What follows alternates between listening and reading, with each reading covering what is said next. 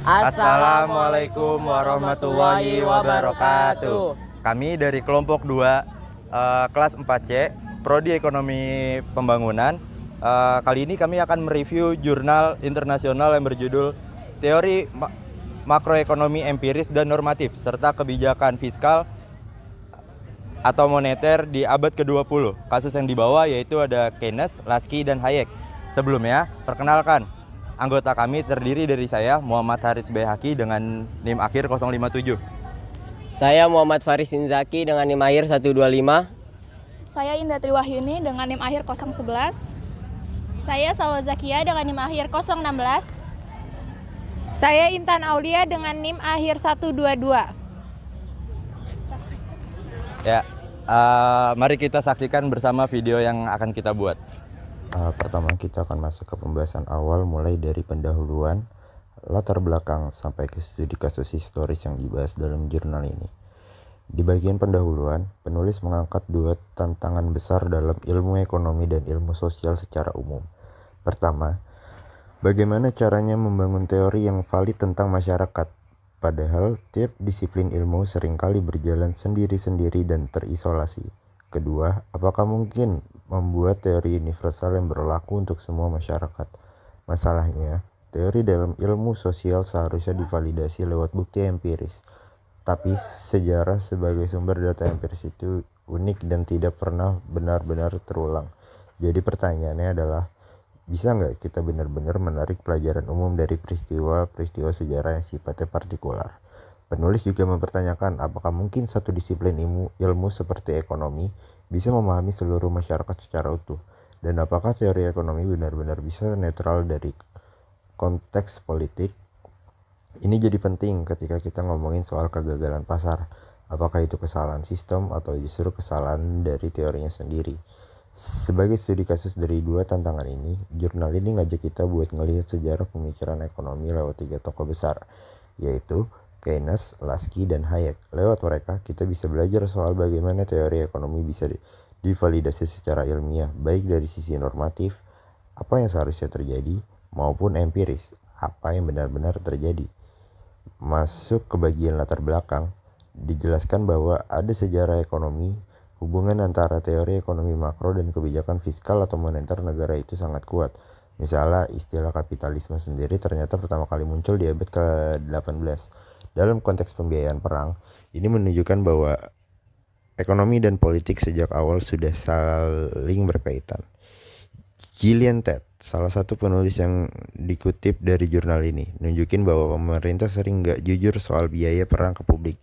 Contohnya, Keynes sampai harus nulis pamflet khusus di tahun 1940 soal bagaimana membiayai perang secara jujur dan realistis.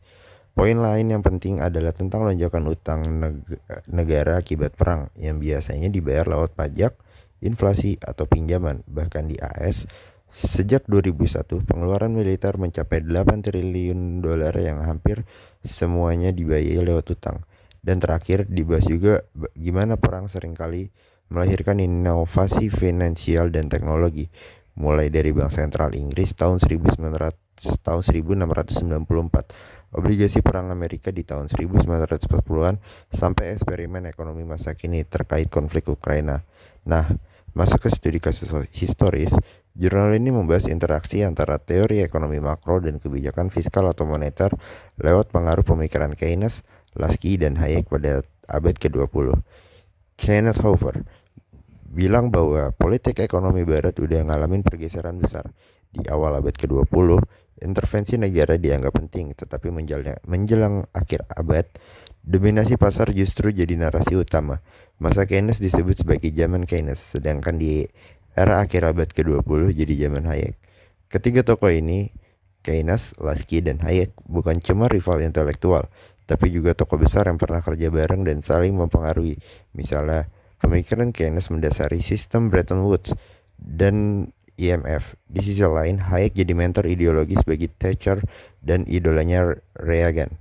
Jadi, lewat pembahasan ini, kita bisa lihat bahwa teori ekonomi itu nggak bisa dilepaskan dari sejarah, politik, dan realitas sosial. Studi kasus sejarah lanjutan oleh John Maynard Keynes. Keynes berfokus pada ekonomi makro dan pengembangan teori-teori untuk mengatasi masalah siklus bisnis dan pengangguran. Pemikirannya sangat dipengaruhi oleh peristiwa-peristiwa besar seperti depresi pada tahun 1930-an dan Perang Dunia Kedua. Sebagai seorang ekonom, Keynes memfokuskan ide-ide ekonomi pada pasar keuangan dan bukan pada pasar produksi. Keynes melihat bahwa teori ekonomi makro tradisional tentang kesempurnaan pasar, yaitu dengan harga yang ditentukan oleh keseimbangan penawaran dan permintaan, mungkin secara empiris terjadi dalam produksi, tetapi jarang terjadi di pasar keuangan. Keynes meramalkan bahwa pelemahan ekonomi dengan membesarkan mata uang akan merusak seluruh dasar tatanan politik. Pada tahun 1930-an, depresi dimulai di Amerika Serikat dan menyebar ke Eropa dan Asia. Realitas empiris dari depresi besar ini meyakinkan Keynes bahwa diperlukan teori baru dalam ekonomi, yaitu teori normatif baru. Dia mengusulkan teori makroekonomi yang berfokus pada ekonomi dari atas, bukan mikroekonomi dari pasar liberal yang ditambahkan ke keseluruhan ekonomi. Ketika Perang Dunia baru dimulai, respon Keynes ada 3, yaitu pertama, operasi penyelamatan yang dirancang untuk mempertahankan posisi Inggris. Kedua, adaptasi langkah-langkah ekonomi perang ke skema domestik. Dan yang ketiga, pembentukan kerangka kerja institusional untuk stabilitas moneter internasional. Dan dalam teori umum, Keynes mencoba menemukan solusi untuk masalah siklus bisnis dan ketenaga kerjaan. Keynes mengasumsikan bahwa suatu kondisi keseimbangan akan tercapai, di mana tabungan dan investasi setara dan harga stabil. Berapapun tingkat suku bunga yang ditetapkan oleh bank sentral, dan pada saat itu akan terjadi lapangan kerja penuh.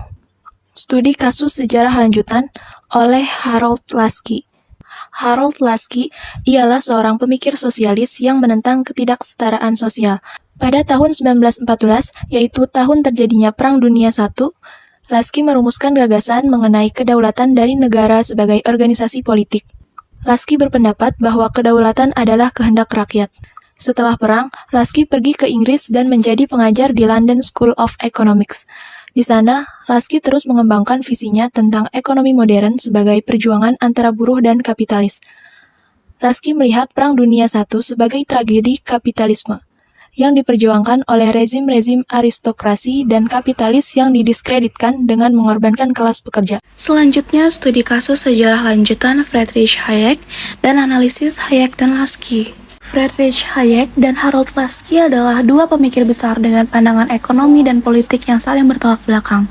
Hayek dari mazhab ekonomi Austria menjunjung tinggi pasar bebas, kebebasan individu, dan peran minimal negara.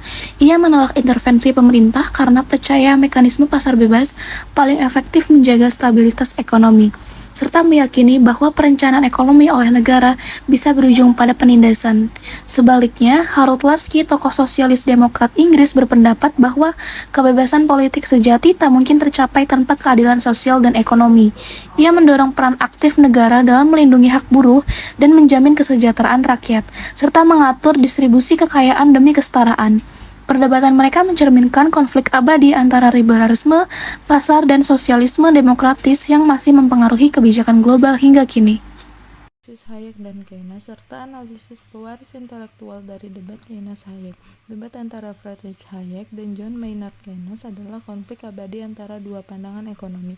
Hayek percaya pasar bebas adalah mekanisme alami yang tak boleh diganggu, sementara Keynes yakin pemerintah harus aktif mengatasi krisis melalui belanja publik. Hayek menolak intervensi karena dianggap berbahaya bagi kebebasan, sedangkan Keynes menginginkan sistem kapitalis yang lebih stabil dan adil lewat peran negara. Warisan intelektual mereka membelah dunia ekonomi hingga kini. Kaum Freshwater ekonomi seperti di Chicago lebih pro Hayek, menentang inflasi dan intervensi, sementara Saltwater ekonomis dari Universitas Pesisir mendukung ide Keynesian untuk mengurangi pengangguran. Singkatnya, perdebatan ini bukan sekedar teori, tapi fondasi kebijakan ekonomi dunia hingga hari ini. Dan yang terakhir, pembahasan tentang diskusi kesimpulan serta deklarasi. Perdebatan antara Keynes, Laski, dan Hayek menunjukkan bahwa teori ekonomi tidak dapat dipisahkan dari konteks sejarah, politik, dan sosial. Keynes menekankan stabilitas melalui intervensi negara, Laski menyoroti keadilan sosial sebagai prasyarat kebebasan, sementara Hayek menolak perencanaan terpusat demi menjamin kebebasan individu.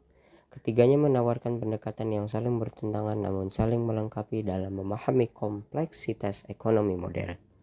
Ini memperlihatkan bahwa satu disiplin ilmu saja tidak cukup untuk menjelaskan dinamika masyarakat. Selanjutnya, teori ekonomi tidak bersifat netral dan universal. Teori dibentuk dan dipengaruhi oleh konteks zamannya. Untuk membangun teori yang valid, pendekatan multidisipliner dan pemahaman terhadap realitas histori yang sangat diperlukan. Perdebatan histori para tokoh besar membuktikan bahwa ilmu ekonomi tidak dapat dilepas dari dinamika politik dan sosial. Kajian ini menegaskan pentingnya keterpaduan antar disiplin dalam memahami masyarakat dan membangun teori ekonomi. Pendekatan histori kritis perlu terus dikembangkan agar teori yang dihasilkan tidak hanya relevan secara akademik, tetapi juga berguna secara praktis bagi perumusan kebijakan ekonomi yang adil dan berkelanjutan.